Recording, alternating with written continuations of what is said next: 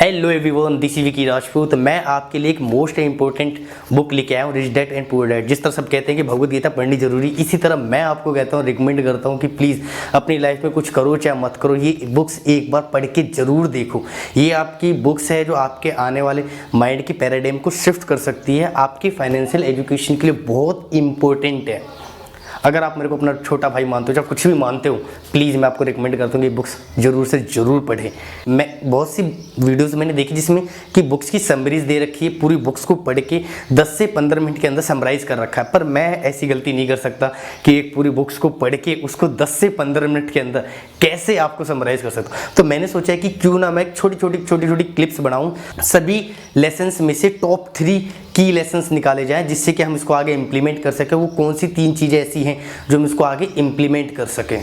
मैं आपको इस वीडियो की टॉप 3 लेसन्स बताने से पहले मैं आपको थोड़ा सा एक ब्रीफ बायो दे देता हूं कि आखिर ये बुक्स है क्या और किसके ऊपर है। ये बुक्स मोस्टली फाइनेंशियल एजुकेशन के ऊपर है कि आपकी फाइनेंस की आने वाले टाइम में आप अपने फाइनेंस को मैनेज कर सकें, कैसे कर सकते हैं। तो और इसकी थोड़ी सी मैं बायोग्राफी दे देता हूँ। जो रिच डैड पुअर डैड है, जो रॉबर्ट टी कियोसाकी द्वारा लिखा गया है, जो कि मेरे अब तक के सबसे बेस्ट राइटर है।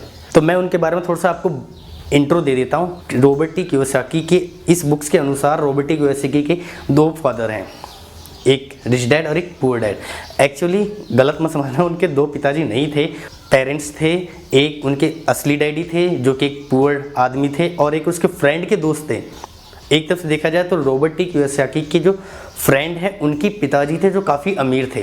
उन दोनों में डिफरेंस क्या था? उन दोनों में डिफरेंस ये था कि जो हमारे लेखक हैं रॉबर्ट टी कियोसाकी, उनके जो पिताजी हैं पुअर डैड, जिनने अच्छी ग्रेजुएशन कर रखी है, PhD होल्डर है, गवर्नमेंट जॉब है, और जो उनके अमीर डैडी हैं, उसके जो फ्रेंड है माइक उनका फ्रेंड का नाम है, उसके जो पिताजी है वो मतलब पढ़े लिखे भी नहीं है, उन्होंने पढ़ाई पहले छोड़ दी, लेकिन पैसे के मामले में काफ़ी इंटेलिजेंट है। और इन दोनों ने कैरियर की स्टार्टिंग में दोनों एक ही स्टेज पे थे, इट मीन्स दोनों बराबर ही कमाते थे, पैसे के मामले में दोनों बराबर ही लगभग कमाते थे।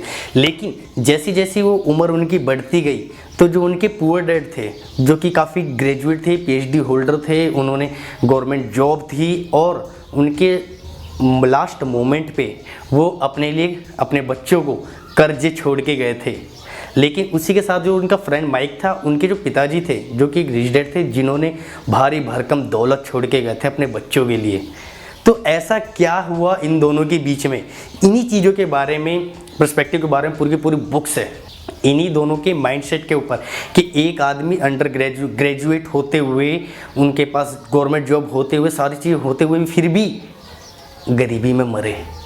और दूसरा जो उनका फ्रेंड है माइक, उनके पिताजी ना तो पढ़े लिखे थे ना कुछ थे, लेकिन फिर भी पैसे के मामले में उन्होंने काफ़ी भारी दौलत अपने बच्चों के नाम करके गए थे और बहुत सारे दान भी करके गए थे।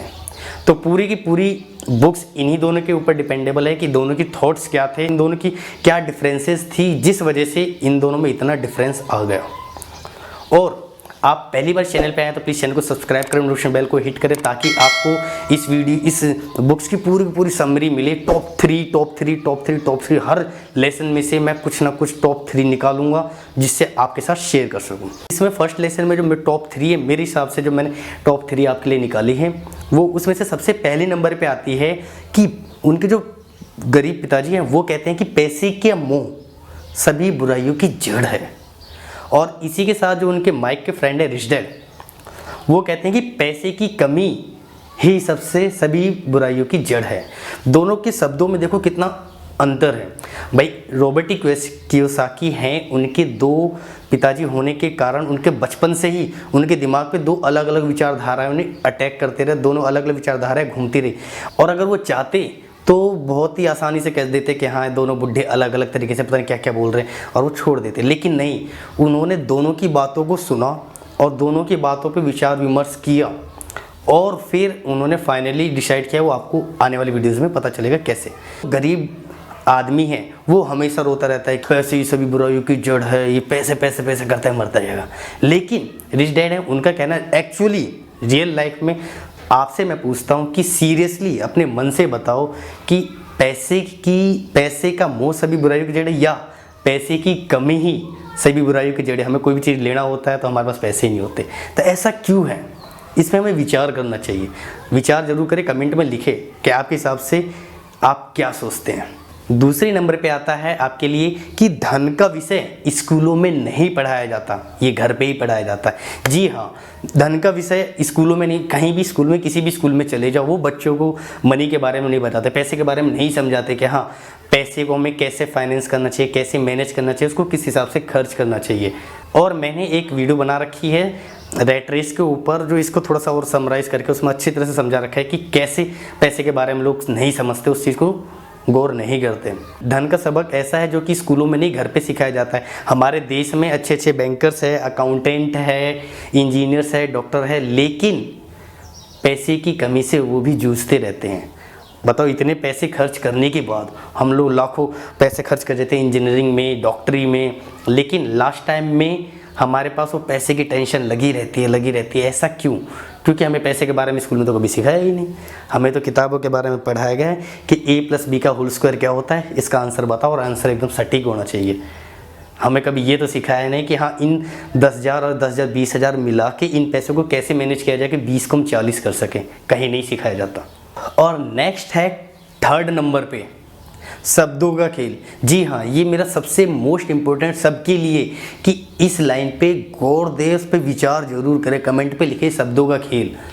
इससे आप क्या सोचते हैं? शब्दों का खेल सिंपल सी भाषा में समझाऊं तो मैं आपको, जो पुअर डैड हैं, जो उनके गरीब लोग, आज के ज़माने जितने भी गरीब लोग हैं, जो हमेशा पैसे के लिए रोते ही रहते हैं, जो वर्ड होते हैं वो हमेशा नेगेटिव होते हैं। कैसे?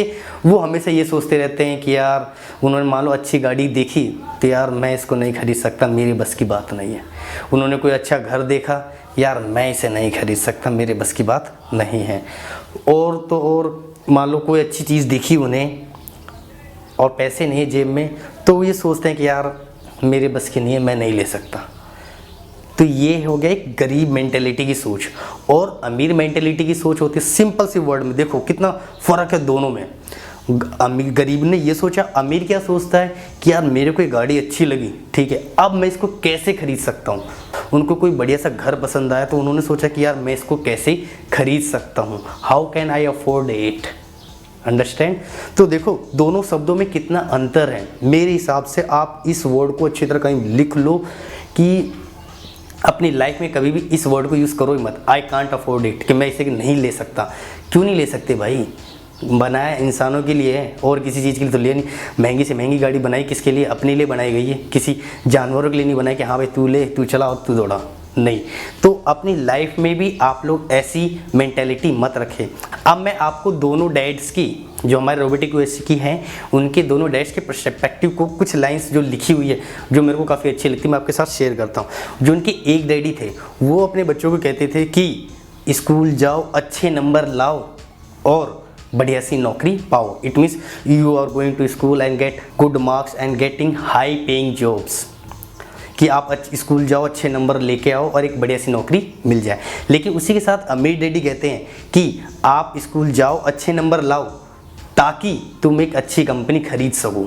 दूसरी पर्सपेक्टिव से देखा जाए तो उसके जो पहले डैड है वो कहते हैं कि मैं अमीर इसलिए नहीं बन सकता क्योंकि मेरे को अपने बच्चे का पालन पोषण करना होता है। उसी तरह जो उनके दूसरी डैडी अमीर डैडी कहते हैं कि मैं इसलिए अमीर बनना चाहता हूँ कि मेरे को अपने बच्चों को पालना है।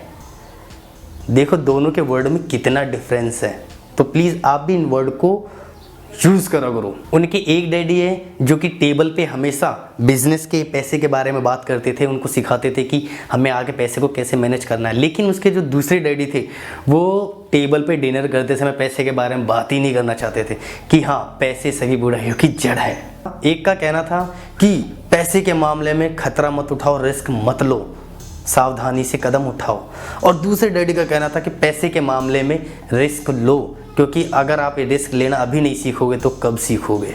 तो इस वीडियो में मैंने आपके लिए टॉप 3 ही रखे हैं। नेक्स्ट लेसन जो आएगा उसमें से टॉप 3 निकालेंगे ताकि आपके साथ मैं शेयर कर सकूं और आप इस पर इम्प्लीमेंट कर सको। और आपको मैंने कुछ टास्क दिए हैं जो कमेंट में आप लिख के मेरे को बता सकते हो। और आपको वीडियो अच्छी लगे तो प्लीज़ लाइक करके एक हौसला मेरा ज़रूर बढ़ाएं, जिससे कि मैं और आगे ऐसे ऐसे कंटेंट आपके लिए लेके आ सकूं। और आप पहली बार आए चैनल पर तो प्लीज़ चैनल को सब्सक्राइब करें ताकि आपसे अगली वीडियो मिस ना हो। और अपना कीमती समय देने के लिए बहुत बहुत धन्यवाद।